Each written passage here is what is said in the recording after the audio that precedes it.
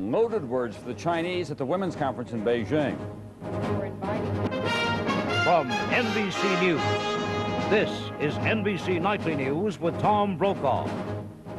Good evening. In Beijing, Hillary Clinton made her first appearance at the UN Conference on Women, and in her own way, she made a direct hit on the Chinese and all other countries that violate the human rights of women, but especially the Chinese. As NBC's Andrea Mitchell tells us tonight, this is about much more than gender politics. This was not the speech the First Lady had intended to give. It is indefensible that many women in non-governmental organizations who wish to participate in this conference have not been able to attend or have been prohibited from fully taking part. But treatment of women at this conference was so rough, she felt she had to speak out more forcefully.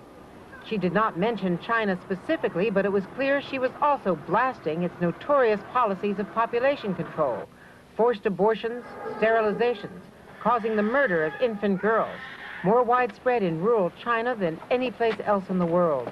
It is a violation of human rights when babies are denied food or drowned or suffocated or their spines broken simply because they are born girls. For a First Lady, it is highly unusual to deal even indirectly with superpower diplomacy, especially at a time when relations with China were just beginning to thaw. Administration officials tried to downplay the likely Chinese reaction. I think that the Chinese leadership knows very well what our views are. Our views have not changed. They knew that this is what America stands for. But the blunt attack won cheers from most delegates. I think her speech may rankle the Chinese, but I really think that her speech was honest and forthright. But did it satisfy critics at home who feel the administration has kowtowed to China? We want to applaud her. She deserves our praise.